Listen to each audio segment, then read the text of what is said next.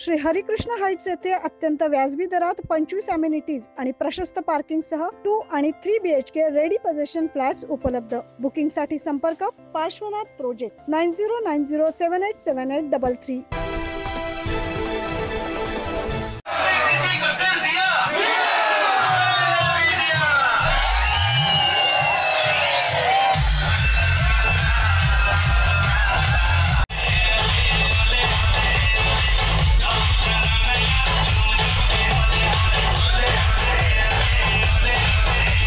नाशिक शहर केवळ धार्मिक परंपरांसाठीच नव्हे तर आरोग्यदायी परंपरांचंही जतन करताना दिसतं। मखमलाबाद परिसरातील नंदिनी डेअरी फार्मच्या वतीनं दरवर्षीप्रमाणे यंदाही मडबात कार्यक्रमाचं आयोजन करण्यात आलं।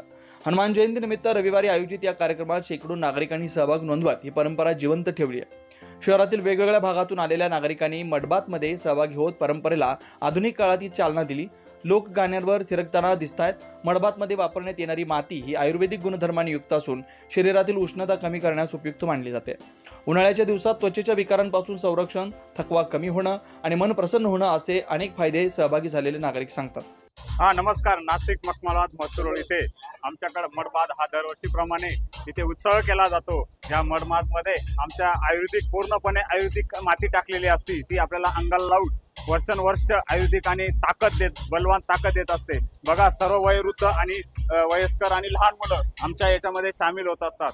ज्यांनी हे अरेंज केलं त्यांचे मनापासून धन्यवाद।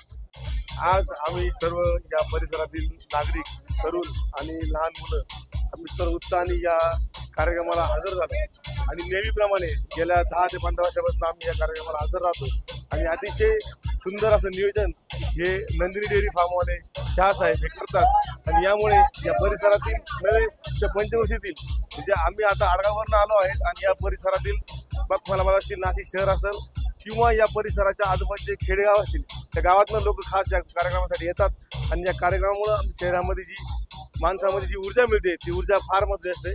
त्यामुळे आम्ही सर्व खुश आहोत आणि आनंदी आहोत।